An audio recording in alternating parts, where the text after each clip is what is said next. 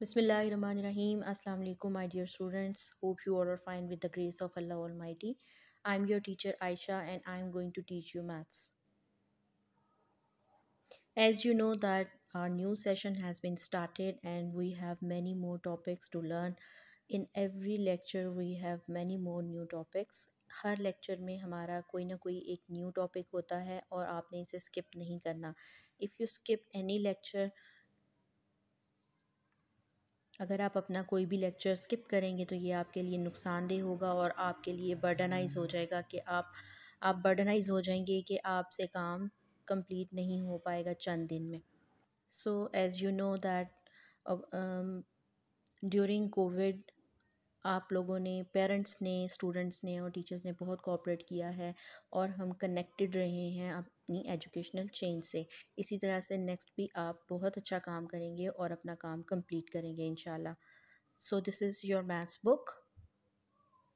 Take out your maths books from your bag. Open page number 10. Today our topic is hundreds, tens and ones. As you know that in previous lecture we have learned about 100. Write in hundreds, tens and ones, then draw beads on the abacus. सबसे पहले आपने ये एक digit आपको दिया गया है, numbers दिए गए हैं, इन्हें आपने हंड्रेड्स, टेंस और वंस में डिफ़ाइन करना है. Then you have to make the beads on the abacus. फिर यहाँ पर आपने अकॉर्डिंग दिस बीड्स ड्रॉ करने हैं. Likewise,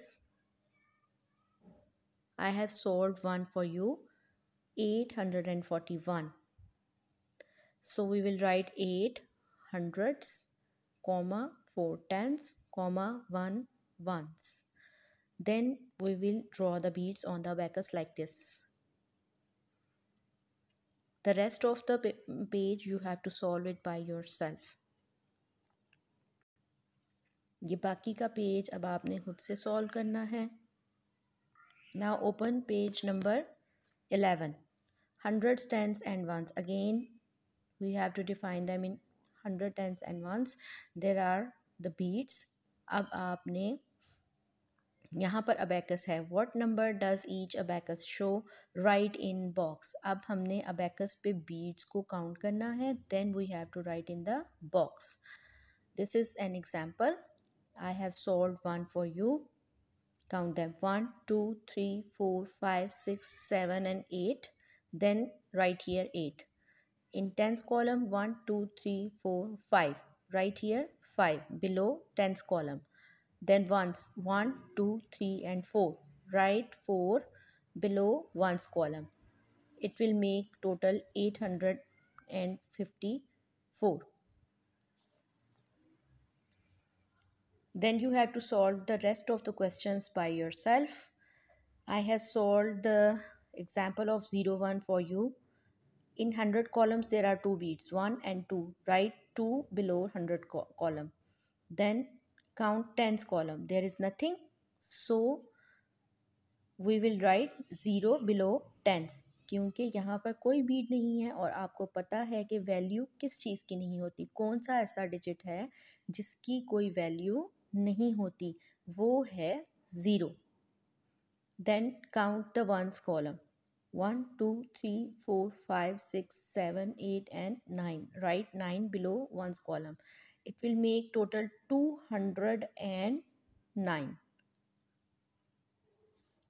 Question number 5 is draw beads on the abacus to show these numbers. अब आपने इन numbers को देखकर abacus पर beads draw करने हैं like this.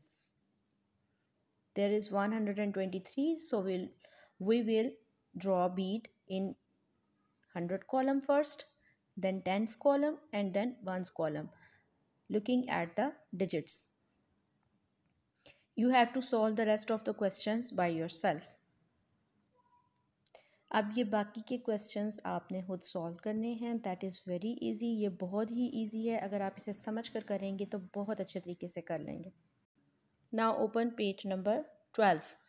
Number backward counting. Backward counting, पीछे की तरफ को जाना. बैकवर्ड काउंटिंग में पीछे की तरफ को जाना.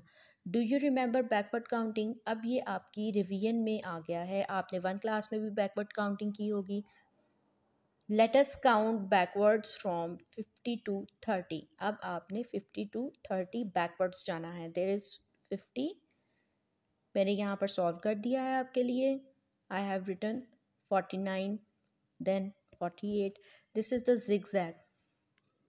जिगजैग चेन चल रही है ये, आपने इसे मिस नहीं करना। इस जिगजैग चेन के ऊपर चलते जाएंगे और उन्हीं ब्लॉक्स में लिखते जाएंगे। 50, 49, 48, 47, 46, 45, 44, 43, 42, 41, 40, 39।